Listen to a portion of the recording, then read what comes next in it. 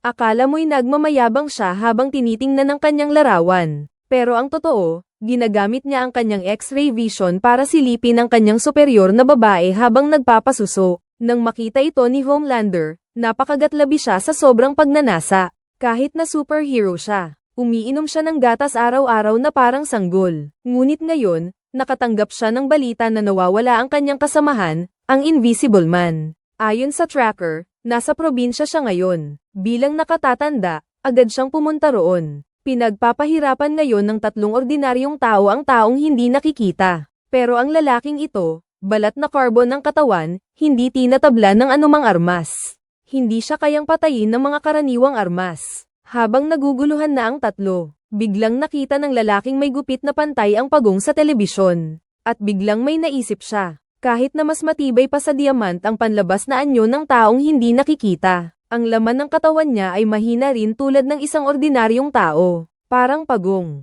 Kaya naman diretso nilang pinasukan ng bomba ang puwet niya. Ano bang ginawa mo sa akin? Isinaksak niya sa puwet mo ang isang plastik na bomba. Nakarinig siya ng salitang bomba. Hindi na nakatiis ang Invisible Man at nagpakita na. Dahil sa pananakot ni Arthur, nasabi na niya ang impormasyon tungkol sa kasamahan nilang si Tren. Hindi sinasadya ng kalaban na mabangga ang kasintahan ng lalaki noong isang araw. Nabasag ang katawan ng babae dahil sa lakas ng pagkakabangga. Pambayad pinsala.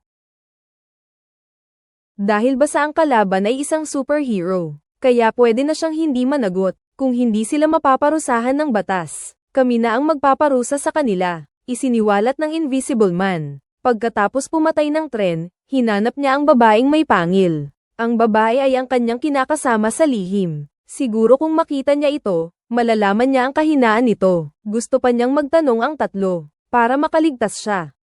Pero umalis na lang sila bigla. Mukhang hindi maganda ito. Saan na ang itsura ng isang superhero? Hindi niya akalain na darating ang araw na hihingi siya ng awa sa mga ordinaryong tao. Alam ko, maraming bagay ang dapat nating hintayin. Ngunit sa sandaling iyon, nangyari pa rin ang hindi inaasahan. Nakita ng tatlo na mabilis na papalapit si Homelander. Hindi maihahambing ang lalaking ito sa isang taong may kakayahang maging invisible.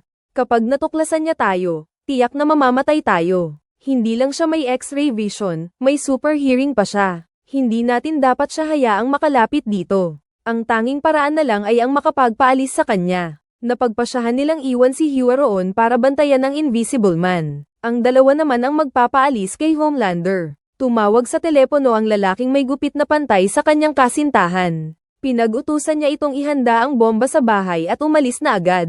Si Arthur naman ang mag-i-install ng control program sa sasakyan para makontrol ang bomba mula sa malayo. Maya-maya pa ay dumating na si Homelander. Kahit nagmamadali ay magalang pa rin siyang kumatok sa salamin. Biglang naging isang malaking fan ang lalaking may gupit na pantay ang buhok at pinuri ang nasa loob. Nakausap ko nga pala ang isang taong may kapangyarihan. Epektibo rin naman talaga ang ginawa niya. Agad naman naging maganda ang pakikitungo ng nasa loob. Pero kailangan pa rin suriin ang sasakyan. Sa ilalim ng X-ray vision, wala namang nakitang kakaiba. Nakatago na pala si Arthur kanina pa. Nang makita niyang tama na ang panahon, agad niyang pinaandar ang remote control. Kasabay ng pagsabog, agad namang narinig ni Homelander ang tunog dahil sa kanyang super hearing. At sa isang iglap, lumipad na siya paitaas. Sa wakas, naialis na niya ang nakakainis na lalaking iyon. Ngunit sa loob ng kulungan, nagsimula ng magplano ng pagtakas ang Invisible Man. Ginamit pa niya ang isang baso para saluhin ang sarili niyang ihi, at ibinuhos sa transformer. Agad na nawala ang pagkagapos ng high voltage, at madali na siyang nakawala. Pero pagtakas na sana niya, ay nakita siya ni Quaid na naiwan doon. May hawak itong detonator. Matinding babala sa kanya na bumalik sa kulungan. Ngunit ang pag-aalinlangan sa mga mata ni Quaid ay pansamantalang sumilay. Agad na napansin ng Invisible Man. Papatayin mo ako, habulin ka nila habang buhay. Manginginig ka sa takot habang buhay. Hanggang sa matagpuan ka nila. May kapangyarihan sila, mahahanap ka nila. Pakinggan mo ako, palayain mo ako. Hindi pa huli ang lahat. Maaari ka nang umuwi. At bumalik na sa normal mong buhay. Dahil sa pananakot at pangungumbinsi, natakot nga siya.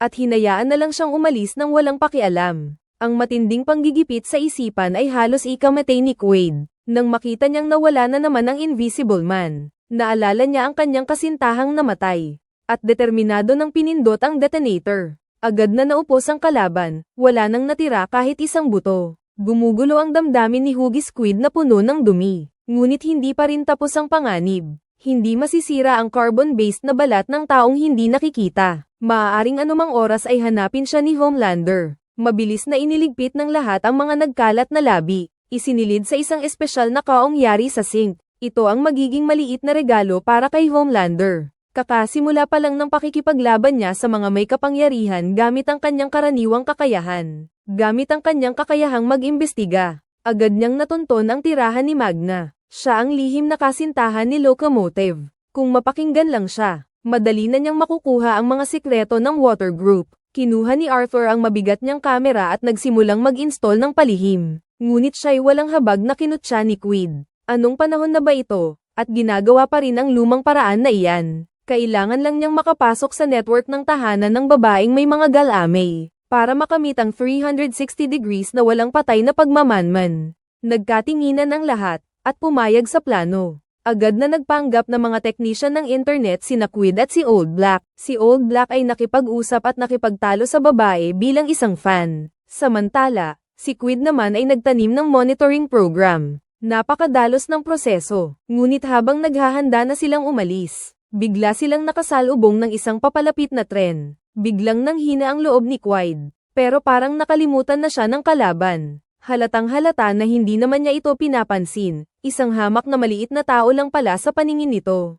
Ganito kabilis niya itong nakalimutan. Sa galit, bumulong si Quid nang may pagkairita. Nagkita na ba tayo dati? Siguro, marami na akong nakilalang tao. Kinilabutan ng nakikinig na si Lao Hei sa sinabi niya. Dinala agad nila siya paalis doon at pumunta sa sasakyan na may CCTV. Sinimulan nilang obserbahan ang bawat galaw ng babaeng may mga kuko. Agad nilang natuklasan ang mahahalagang clue.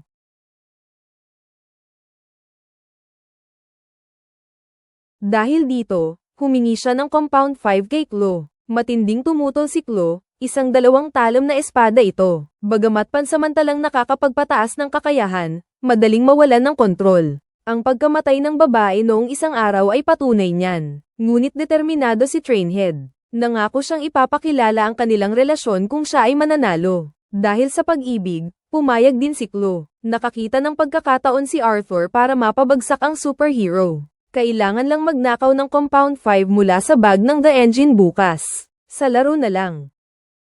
At hawak ko na ang susi. Malapit na ang araw ng paghaharap.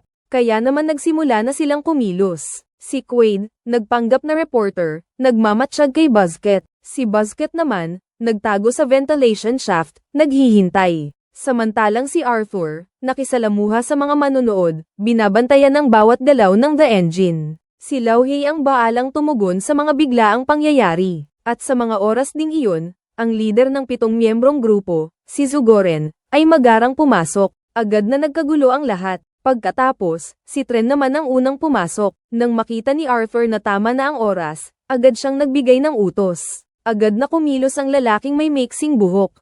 Ngunit bigla na lang nagtungo si Starlight sa locker room. Napansin ni Quaid ang panganib at dali-daling pinigilan ang babae. Halos mawalan ng ulirat ang lalaking naka-buzzcut na nakalutang sa ere. Buti na lang at nakilala na ni Quaid si Xingguang. Kaya niya nailayo ang atensyon ng kalaban. Agad na naghanap ang lalaking naka-buzzcut. Ngunit wala siyang nahanap. Nakatago pala sa ibang lugar ang compound ni Trainhead. Dumating na rin ang kalaban, si Shockwave. Kinakabahan si Trainhead. Sa isang iglap, para siyang ibang tao, labis na nasa sabik. Matalas ang paningin ni Arthur. Agad niyang nahinuhan na palihim na ini-inject nito ang compound 5. Kapag nalaman ito ng publiko, sisirain ang kanyang reputasyon. Ngunit wala silang nahanap na ebidensya. Parang may pag-asa na sa panig ni Old Black, tahimik na umalis. Nakahanda na ang dalawa sa track. Pagkatapos tumunog ng starting gun, parang mga palasong pinaputok ang dalawa, agad na nawala sa paningin. Isang malakas na hangin ang sumalubong sa mga nasa unahan. Bagamat hindi na natin sila matano. Ayon sa high-speed camera, ang Locomotive ang nanguna ng 342 milliseconds. Nanalo siya sa karera. Agad na nagpalakpakan ng malakas ang buong arena. Sumunod din ang mga kababayan natin, nagpalakpak din sila ng bahagya. Napangibabawan ng pagkadismaya sina Arthur at ang mga kasama niya. Ngunit may hindi inaasahang natuklasan naman si Old Black. Napansin niya ang kakaibang kilos ng babaeng may pang-aakit. Nakitang mahigpit na hawak nito ang compound number 5. Kinakabahan siyang naghihintay sa post-game interview ni Trainhead. Lubos ang pag-asa niyang ihayag nito ang kanilang relasyon. Ang nanalo sa laban, na siyang nanguna, ay nagsabing siya ay single pa rin. Lubos na ikinagalit ng babaeng may malalakas na kamay ang pagiging manloloko nito. Walang pag-aalinlangan niyang sinaksak ang sarili ng compound 5. Umepekto ang gamot, buhat niya ang daan-daang kilong barbell sa loob ng isang oras. Namangha sina Arthur at ang iba pa na nanonood sa monitor. Ngunit, mas nakakagulat pa ang susunod ipinakita niya ang matutulis niyang mga kuko. Galit na sinuntok ang lahat. Dumating ang may-ari ng bahay para mangolekta ng upa. Siya, na itinago ng tren at nawalan ng kabuhayan, ay nagtangkang magbayad ng upa gamit ang kanyang kagandahan. Naglaro silang dalawa ng larong may uniforme. Habang umiiral ang epekto ng gamot, lalong sumasabik ang babaeng may mahika. Dahil sa hindi sinasadyang pagkilos, hindi sinasadyang naupuan niya hanggang sa mamatay ang may-ari ng bahay. Nang kumalma siya ay lubos na natakot. Alam ni Arthur na dumating na ang kanyang pagkakataon. Ang pinakamakamatay na kahinaan ng mga bayaning ito ay ang kanilang reputasyon. Pagkatapos ay nakita nila si Stormfront, at sinabing tutulong sila sa pag-aayos ng gulo. Ang kapalit lang ay ang lahat ng impormasyon tungkol sa Compound V. Samantala, natanggap ni Homelander ang regalo ni Arthur. Natagpuan ni Deep ang isang kahon na bakal na may lamang labi ng Invisible Man. Tinawag agad ng babaeng superior na baliw ang nagpadala ng kahon. Ngunit malamig na tumawa si Homelander. Matatalino sila, dahil sa kanyang X-ray vision. Hindi niya kayang makita ang laman ng zinc na metal. Zinc ang materyal na ginamit sa paggawa ng kahon. May nakasulat pang mapang asar na mensahe roon. Isang hayagang pagdedeklara ng gyera ito sa kanilang 7 miyembro. Ngunit hindi alam ni na Arthur at ng iba pa. Ang pinaka-nakakatakot kay Homelander ay hindi ang kanyang kakilakilabot na kapangyarihan, kundi ang kanyang di mahuhula ang mga paraan.